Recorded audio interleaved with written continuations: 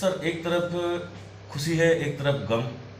और भावनात्मक रूप से ये दिन एक भावनात्मक रूप से काफ़ी महत्वपूर्ण होता है जब आदमी रिटायरमेंट होता है। काफ़ी समय के बाद सेवा विभाग में आपने सेवाएं दी हैं और विभाग इसका ज़िंदगी भर ऋणी रहेगा कि आपकी सेवाओं का उन्होंने लाभ लिया है। सर क्या महसूस कर रहे हैं इस समय जब रिटायरमेंट का आखिरी दिन है आपका? महसूस तो अब विभाग छूट रहा है और काफ़ी सेवा दी और जैसा बना अच्छा काम किया। मेरा सबसे प्रायोरिटी, सबसे पहला काम ऑफिस का काम रहा, सरकार की सेवा रही। बाकी मैंने व्यक्तिगत या पारिवारिक कार्यों को दूसरे नंबर पर रखा, हमेशा पहले नंबर पर सरकारी काम। मतलब एक समय मेरे बच्चे छोटे थे, उन्हें भी अगर बुखार आ जाता, कोई तबीयत खराब हो जाती तो मेरी पत्नी भी कहती थी कि बच्चों को दिखाना है। लेकिन कहीं कोई कार्यक्रम होता, किसी माननीय मंत्री का दौरा होता, कलेक्टर साहब का दौरा होता ग्रामीण क्षेत्र का, तो मैं उसको प्राथमिकता देता था। मैं कहता था शाम को लौट के दिखा दूंगा। लेकिन अगर शाम को भी अगर आने में लेट हो गया, देर हो गई, तो फिर नहीं दिखा पाता, बच्चों को दूसरे दिन ही दिखाता था। मतलब इससे ये लगता है, साबित होता है कि काम को मैंने प्राथमिकता दी है हमेशा। कुछ ऐसे अनुभव रहे सर, आपके कितने साल की सर्विस रही, उसमें कुछ ऐसे अनुभव जो आज की युवा पीढ़ी को एक मार्गदर्शन दें, जिससे वो अपना आगे जो भी पत्रकारिता लाइन में नए युवक आ रहे हैं वो उनको तो अच्छा कुछ करने के लिए मौका मिले? अच्छे अनुभव भी रहे काफ़ी। पहले अच्छे अनुभव बता दूं मैं। अच्छे अनुभव में ये है, मैं इंदौर में था तो वहाँ के कमिश्नर साहब ने ये एक नवाचार किया।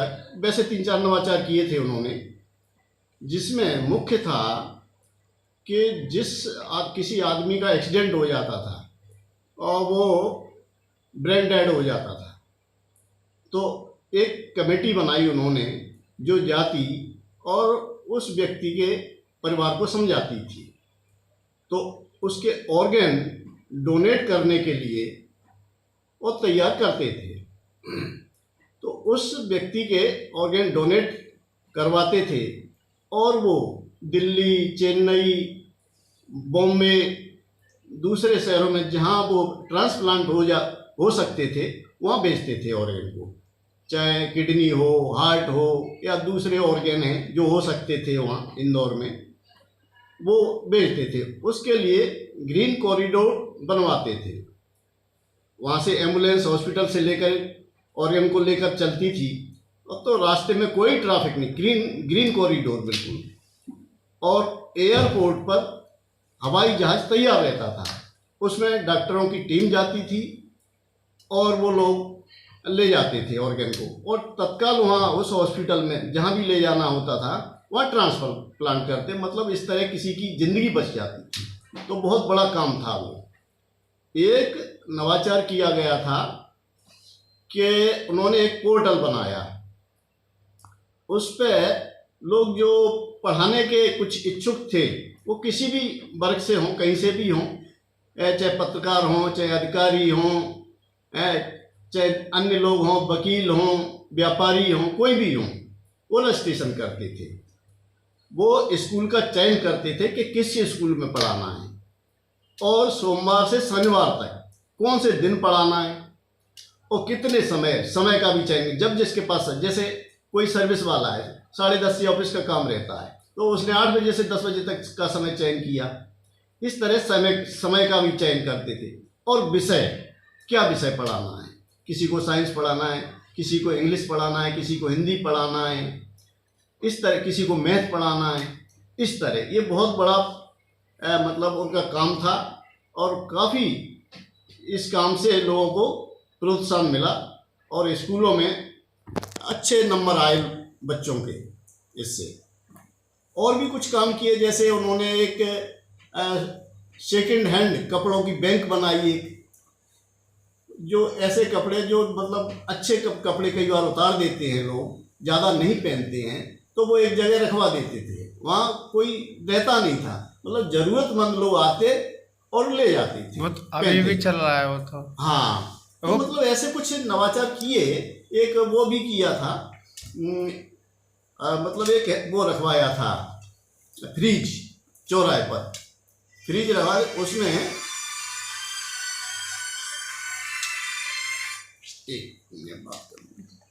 हाँ, तो इस तरह से नवाचार हुआ था। कुछ ऐसे अनुभव जो आपको व्यक्तिगत तौर पर याद रहे हो कि ये अनुभव मतलब कुछ अलग है, अलग अनुभव है इस तरीके की कुछ? अब सबसे महत्वपूर्ण अनुभव तो ये है कि जनसंपर्क विभाग से काम से आमतौर पर संतुष्ट नहीं होते।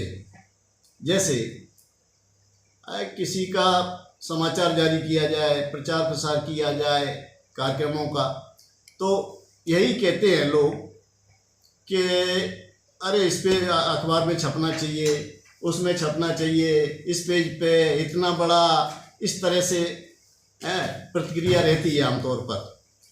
अब मीडिया का भी देखें तो अभी श्योपुर में माननीय प्रधानमंत्री जी आए थे, वहाँ पर मैं रहा, लगभग 7-8 दिन रहा था मैं, और मैंने 350 पास बनवाए थे मीडिया के।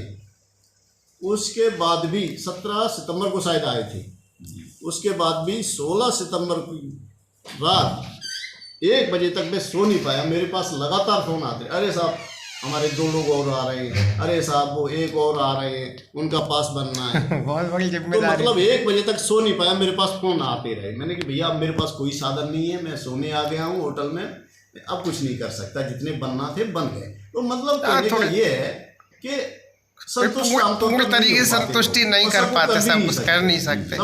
रिटायरमेंट के बाद क्या सोचा है? मेरी एक हमेशा भावना रही है कि अधिक से अधिक लोगों की मैंने मदद करने की कोशिश की है।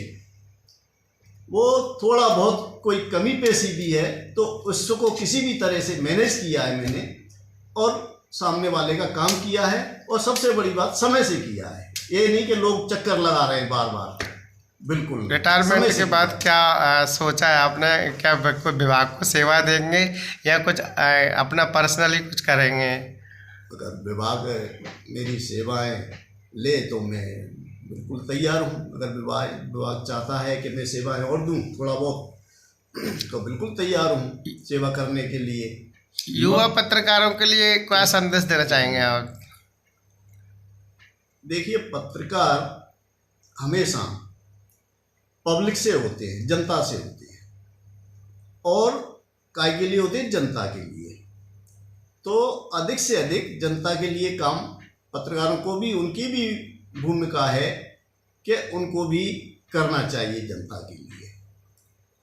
जनता के लिए अच्छा हो रहा है तो उसको अच्छा बताया जाना चाहिए।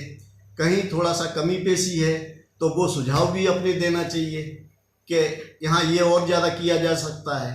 तो मतलब टोटल जनता के लिए करना चाहिए। 2 दिन बाद नववर्ष आ रहा है और आप नववर्ष से पहले ही विभाग छोड़ के जा रहे हैं, तो क्या कहना चाहेंगे देशवासियों को, अपने प्रदेशवासियों को, अपने जो सहयोगी पत्रकार हैं जिनसे आपको बहुत उम्मीदें रहती थी, कभी भी किसी तरीके कोई निराश होकर नहीं जाता था आपके पास से, क्या कहेंगे मतलब इसके बारे में? यह नया वर्ष सबको अच्छा जा रहे, सबको खुशियाँ लाए, और लोगों से यही कहना चाहूँगा कभी भी मुझसे किसी तरह का काम हो, सहयोग की ज़रूरत हो, तो कभी भी मुझे कोई भी याद कर सकते हैं, मैं हमेशा तत्पर रहूँगा।